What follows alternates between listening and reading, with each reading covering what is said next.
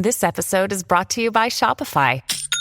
Forget the frustration of picking commerce platforms when you switch your business to Shopify, the global commerce platform that supercharges your selling wherever you sell. With Shopify, you'll harness the same intuitive features, trusted apps, and powerful analytics used by the world's leading brands. Sign up today for your $1 per month trial period at shopify.com/tech, all lowercase. That's shopify.com/tech.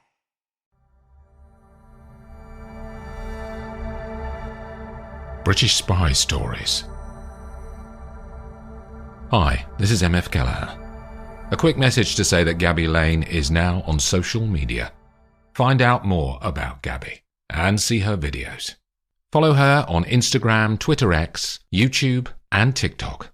Search for Gabby Lane Spy, one word, on your social media. Or follow the link in the show notes of this episode. Follow Gabby Lane Spy on social media. Thanks for listening. I'll see you soon.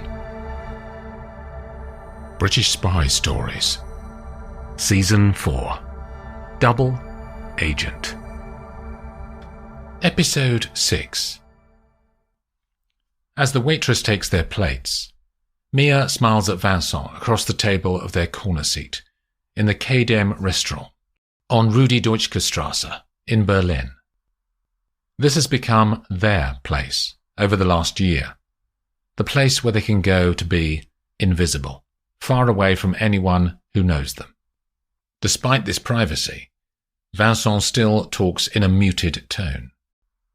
There's a slight hold-up in me getting the EU defence contract data, he says to her. Maya drinks a mouthful of Volnay Eclat Burgundy. Her black hair is up, and her earrings sparkle in the light. How long? She says. A few weeks. Do you know why? He shakes his head. Some admin thing, I think. Then he adds, can the British really not get this in any other way?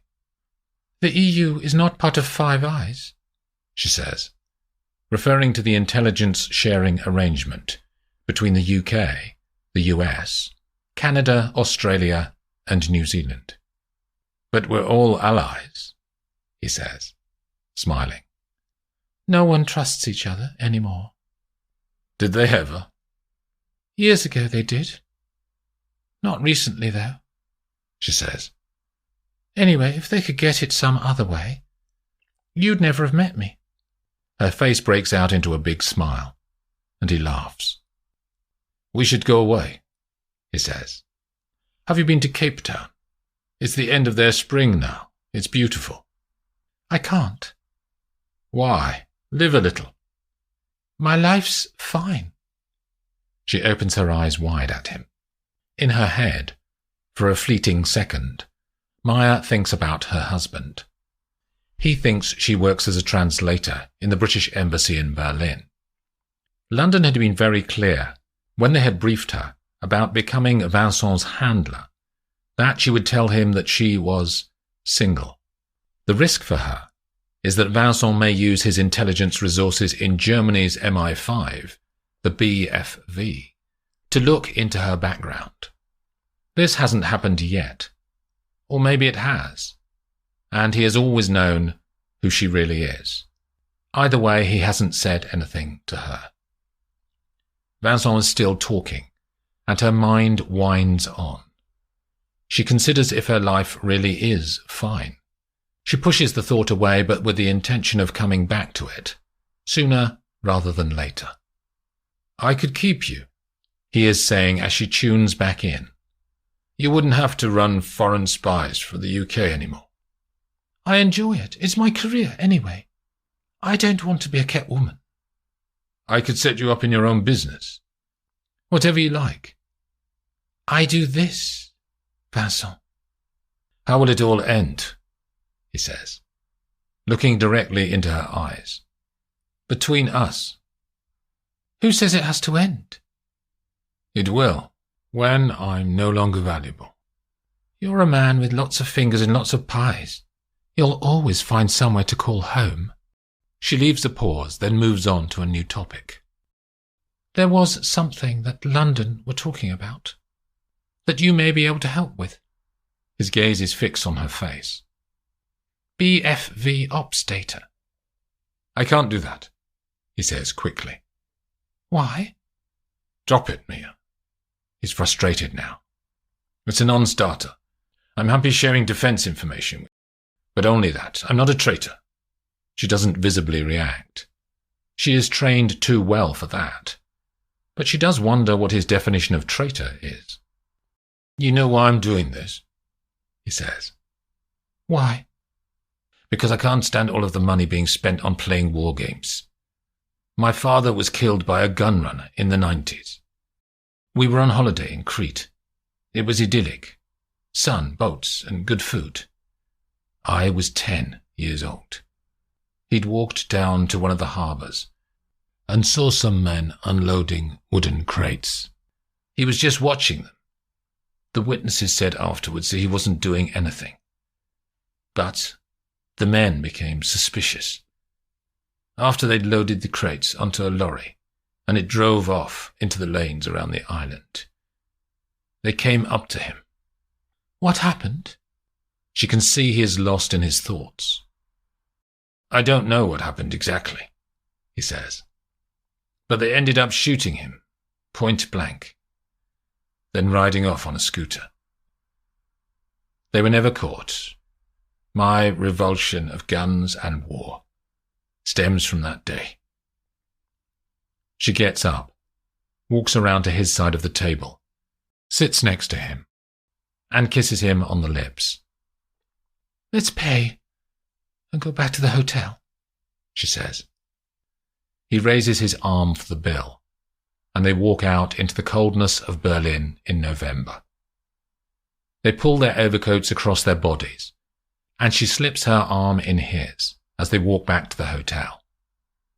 She is aware that she needs to keep this asset supplying information, and feels now that she needs to put more effort to maintain his trust. Maybe we can go away, she says, and they walk on in silence. Agent Loxby walks over the water to the north side of the Thames and navigates the pavements to get to the front doors of Vauxhall Cross. She is told at reception to go into a conference room on the first floor. The place is cold and empty when she arrives, and she switches on all of the lights that she can find.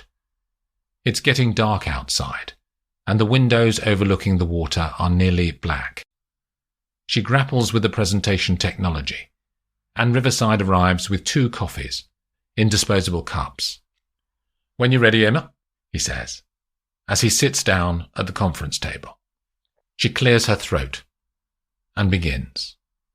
You asked me to collate the intelligence that we have so far on the defence leaks. She talks for 15 minutes, going over the searches that have been done by Investigations Branch, and what GCHQ have found from the phone taps on the procurement managers.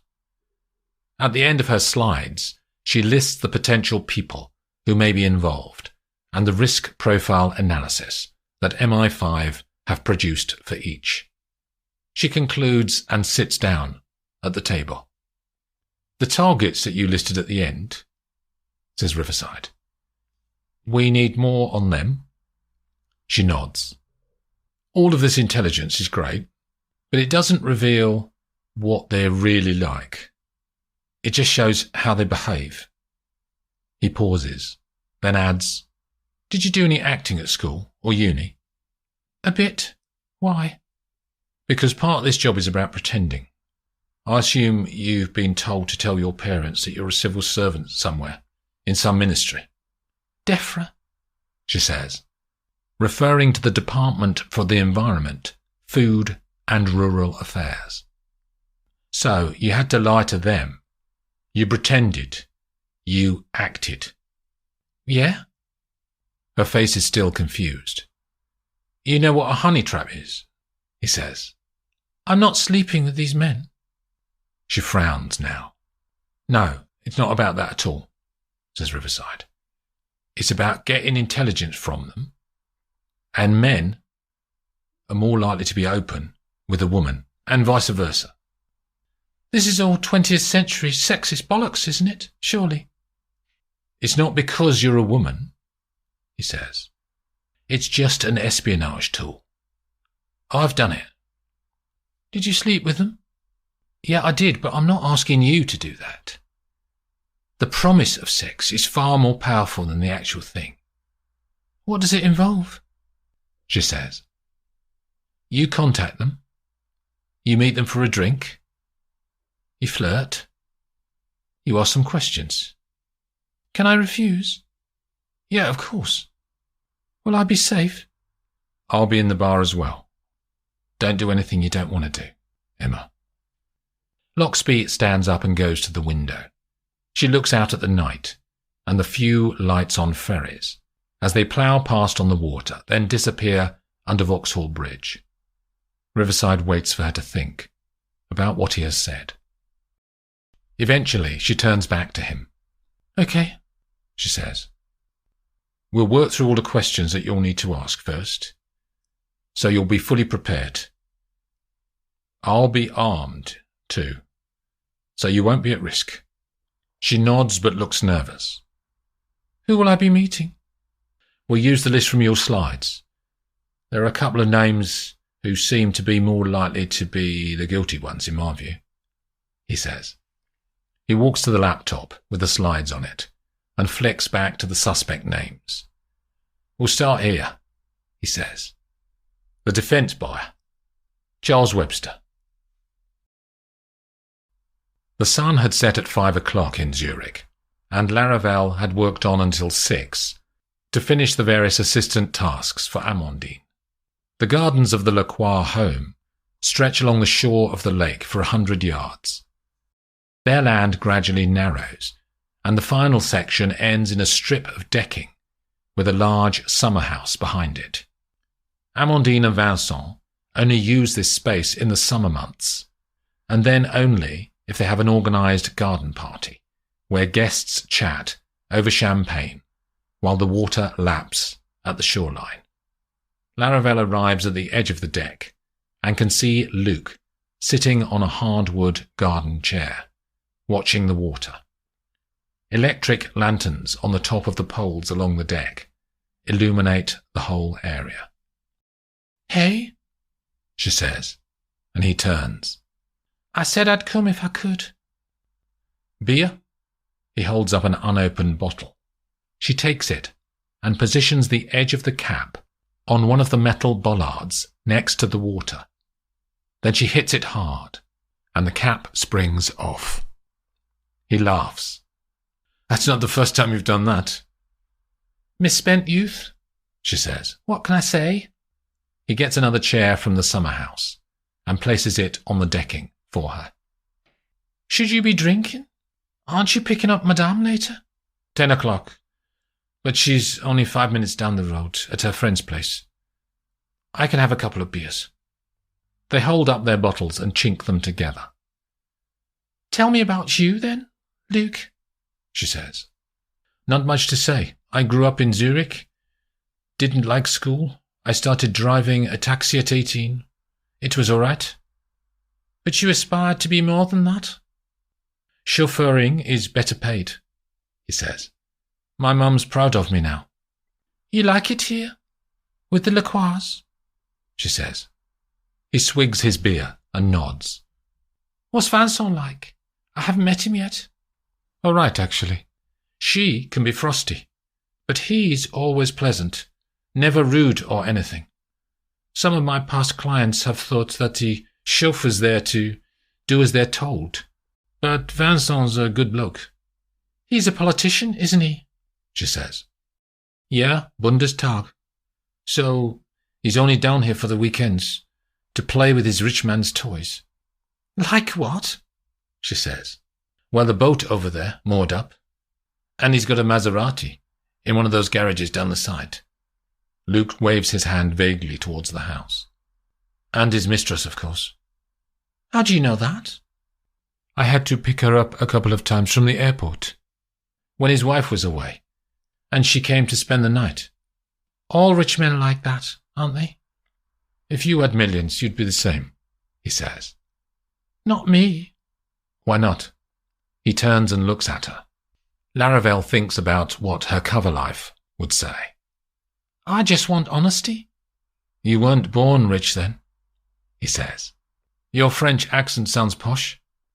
Her brain is working overtime to invent more details about Natalie that MI6 comms branch hadn't put in their briefing. I went to international schools in London as a kid. Dad got a job there. It was in Chelsea. Luke seems satisfied with the explanation. You hungry? He says. Cook's gone home, but I can make her something. They go to the kitchen. He makes them risotto, and they talk about their lives. Laravel adds more real memories than she was planning to, and finds herself enjoying Luke's company. After they've eaten, she feigns needing the bathroom and walks to the corridor near the kitchens. She reaches the door she wants, tries the handle, and it's unlocked. So she slips inside. Vincent's study is 30 feet long, with windows on the lakeside that look out to the boat dock by the water. A large dark wood desk dominates the space, with 2 chairs and a sofa near it. At the far end of the room, there is a round dining table with 4 chairs. The CH-45 listening devices are in her pocket. Laravel puts her fingers in and deftly palms a device, then sticks it to the underside of the table. She walks over to the desk and attaches a bug to the side of Vincent's desk frame. Suddenly there's a rapping on the window of the study, and she looks up. It's a man who Laravel doesn't know. She hurries out and back to the kitchen. There's a man in the gardens, she says. What's he look like? Angry? Brown hair? I know him. I need to go, says Luke. Who is it? It's Dieter. He comes over for beers sometimes. Luke stops and is on the verge of saying something else, but doesn't, for a reason that she can't work out. They go back to the corridor, and Laravel says she'll see him tomorrow. She walks off in the direction of her room, but diverts to the outside to watch Luke and Dieter. She reaches the corner of the house, and from her position, she has a view of the decking area. She can see the men even though she can't hear their words. Dieter is furiously talking at Luke and poking his finger at Luke's shoulder. The chauffeur has changed his demeanor now and is nodding in agreement with Dieter's harsh words as he is berated.